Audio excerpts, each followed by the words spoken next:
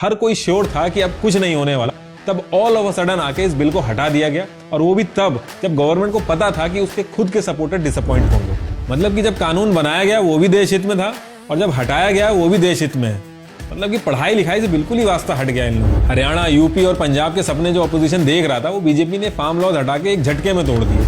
Opposition farm laws हटने के बाद भी ट्राई कर रहा था कि कोई नई डिमांड सामने लाके इसको रोक दे, लेकिन मोदी जी भी भस्म रगड़ के बैठे हुए थे।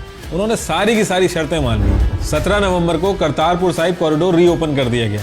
हमारे पीएम गुरु तेग बहादुर जी की 400वीं बर्थ एनिवर्सरी पे गुरुद्वारे में दिखे। फार्म लॉज को गुरुपूरब के दिन हटाया गया। फार्म बजट और क्रॉप प्राइसेस में इंक्रीमेंट हो गए। 1984 में एंटी-6 दंगों के लिए फ्रेश इन्वेस्टिगेशन स्टार्ट हो गई। और जो इस बार हुआ है, आने वाले 50 साल तक चाहे कोई भी गवर्नमेंट आ जाए, वो किसान बिल को छूने की हिम्मत तक नहीं करेगी।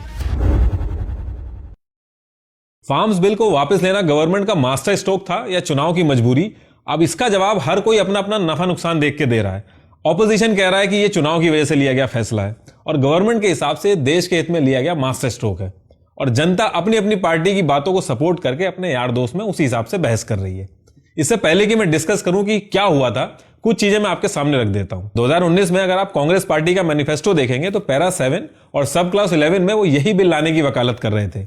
2017 में आम आदमी पार्टी ने पंजाब के मैनिफेस्टो में इसी बिल को लाने की बात कही थी।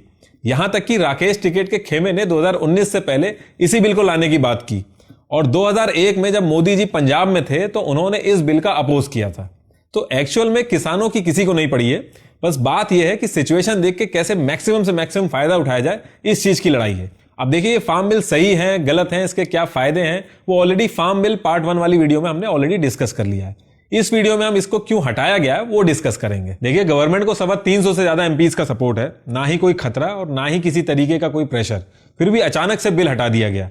इनफैक्ट जब एक्चुअल में हालत खराब थी और प्रेशर ज्यादा था तब नहीं हटाया गया, बल्कि जब हर कोई श्योर था कि अब कुछ नहीं होने वाला, तब ऑल ऑफ अ सडन आके इस बिल को हटा दिया गया। और वो भी तब जब गवर्नमेंट को पता था कि उसके खुद के सपोर्टर डिसअपॉइंट होंगे। देखिए, अगर आप गवर्नमेंट का सपोर्ट कर रहे होंगे तो आप कह सकते हैं कि देश के हित में लिया गया फैसला है, या फिर समझाने में असमर्थ रहे किसानों को इसलिए यह फैसला लिया गया, या फिर आजकल जो ट्विटर पे चल रहा है कि शेर जब 2 कदम पीछे लेता है तो हमला करने वाला होता है, ये सब जो चल रहा है।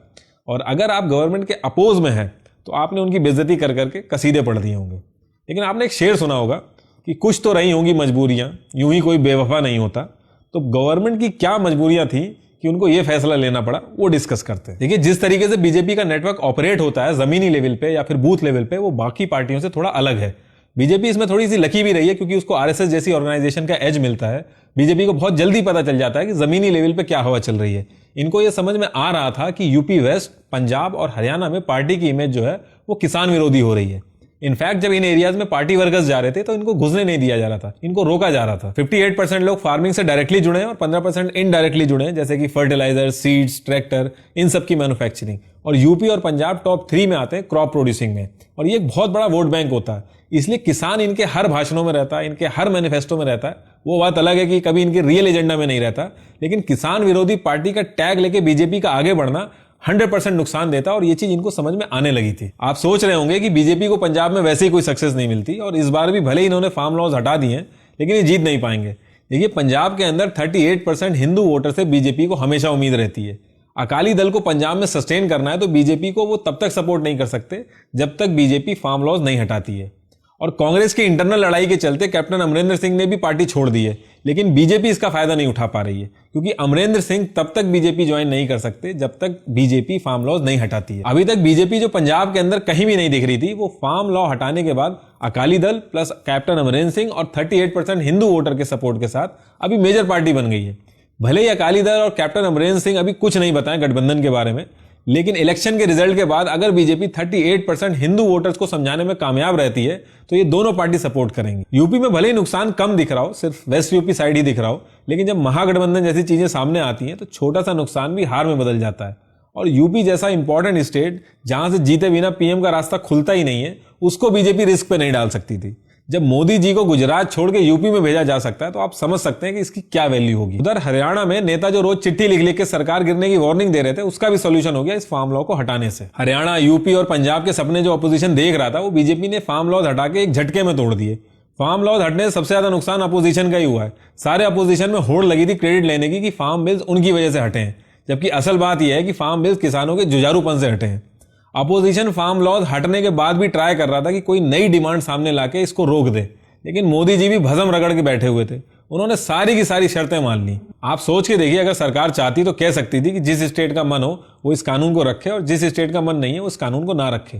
लेकिन अगर ऐसा करती तो हरियाणा और यूपी में बीजेपी की सरकार थी। अब अगर इन दोनों स्टेट में बिल सरकार नहीं रखती तो ये होता कि खुद इस बिल को नहीं रख रहे हैं और दूसरों को रखवा रहे हैं, और अगर रख लेती तो घूम फिर के बात वही हो जाती कि जो प्रॉब्लम यूपी और हरियाणा में बीजेपी फेस कर रही थी उसका कोई सॉल्यूशन ही नहीं होता और ये सारा कुछ करने का कोई फायदा ही नहीं होता। इसलिए इन्होंने किसी भी किसान यूनियन से कोई भी मीटिंग नहीं रखी और अचानक से ही कानून हटा दिए, ताकि लगे कि देश के हित में लिया गया फैसला है और खुद से लिया इन्होंने, और इसका इलेक्शन से कोई लेना देना नहीं। 17 नवंबर को करतारपुर साहिब कॉरिडोर रीओपन कर दिया गया। हमारे पीएम गुरु तेग बहादुर जी की 400वीं बर्थ एनिवर्सरी पे गुरुद्वारे में दिखे। फार्म लॉज को गुरुपूरब के दिन हटाया गया। फार्म बजट और क्रॉप प्राइसेस में इंक्रीमेंट हो गए। 1984 में एंटी-सिख दंगों के लिए फ्रेश इन्वेस्टिगेशन स्टार्ट हो गई। डिबेट में अफगानिस्तान से सिख समुदाय को सुरक्षित वापस लाना और गुरु ग्रंथ साहिब को वापस सम्मान दिलाना, ये सारी बातें होने लगी और ये सारी चीजें ऑल ऑफ अ सडन होने लगी। इसका चुनाव से थोड़ी कुछ लेना देना है, ये सारी चीजें तो कोइंसिडेंस है। मनमोहन सिंह जी के टाइम पे न्यूक्लियर डील पे कितने प्रदर्शन हुए, किसी को कोई फर्क नहीं पड़ा और डील हो गई। अब कश्मीर से आके आप बैठ जाओगे सड़कों पे तो 370 थोड़ी हटा देंगे ये लोग। गवर्नमेंट का पाला अभी तक अपने नॉन वोटर से पड़ा है, चाहे वो सीए हो चाहे एनआरसी हो, लेकिन इस बार इनके खुद के वोटर्स रोड पे आ गए थे, इसलिए ये सब हो रहा है। न्यूज चैनल जो गवर्नमेंट विरोधी हैं वो ऐसे खुश हो रहे हैं जैसे कि जैकपॉट लग गया है, और जो न्यूज चैनल गवर्नमेंट के सपोर्ट में है उन्होंने साल भर फार्म लॉज के फायदे बताए, और अब जब कानून हट गया है तो वो ये समझा रहे हैं कि नेशनल सिक्योरिटी को ध्यान में रख के मोदी जी ने कितना बड़ा मास्टर स्ट्रोक खेला है। मतलब कि जब कानून बनाया गया वो भी देश हित में था और जब हटाया गया वो भी देश हित में है। मतलब कि पढ़ाई लिखाई से बिल्कुल ही वास्ता हट गया इन लोगों को। तो इस पूरे सिनेरियो में जीत किसकी हुई? देखिए, आजादी से लेकर आज तक 19% इंक्रीमेंट हुआ है किसानों का। अगर एक किसान आजादी के टाइम पे 100 रुपए कमाता था तो आज की डेट में वो 119 रुपए कमा रहा है। इसलिए आप अपने आसपास देखोगे किसानों के बच्चे खेती करने की बजाय शहरों में जॉब ढूंढ रहे हैं। ऑन एन एवरेज इंडिया में किसान के पास 1.1 हेक्टेयर जमीन होती है। 1.1 हेक्टेयर में लगभग 27 कुंटल गेहूं निकलता है, जिसमें 6 महीने लगते हैं। अगर मैं करंट रेट की बात करूं तो 1 कुंटल के 2015 रुपए मिलते हैं। उसके हिसाब से एक मंथ में एक किसान 9,000 रुपए कमाता है। अगर एक आदमी दिल्ली के रेलवे जंक्शन पे सुबह पहुंच जाए और हर ट्रेन में पैसे मांगना शुरू कर दे तो इससे ज्यादा महीने का कमा लेगा। यही रीजन है कि जब से देश आजाद हुआ है तब से लेके आज तक करीब 3 लाख फार्मर ने सुसाइड किया है। 1 कुंटल मक्के को किसान 1870 एमएसपी के रेट में बेचता है और वही मक्का सिनेमा हॉल और मार्केट तक पहुंचते पहुंचते 1 केजी आपको 1500 से 2000 रुपए के बीच में मिलेगा।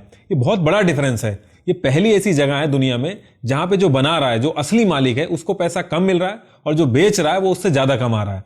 इसका सिर्फ और सिर्फ यही मतलब है कि प्रोसेस में लूप होल है, और ये लूप होल हटाने का सिर्फ एक ही तरीका है, वो है रिफॉर्म। भले ही आपको ये फार्म लॉ ना पसंद आए हो, आप एग्रीकल्चर एक्सपर्ट्स को बैठाइए, उनकी टीम को बैठाइए और अपने हिसाब से सजेशन देके लॉ बनवाइए। गवर्नमेंट जिस जगह पे खड़ी है वो हर बात मानेगी, लेकिन पूरी तरीके से लॉ को हटा देना, जो जैसा चल रहा है वो वैसा ही चलता रहेगा। किसान सुसाइड करते रहेंगे, और जो इस बार हुआ है, आने वाले 50 साल तक चाहे कोई भी गवर्नमेंट आ जाए वो किसान बिल को छूने की हिम्मत तक नहीं करेगी।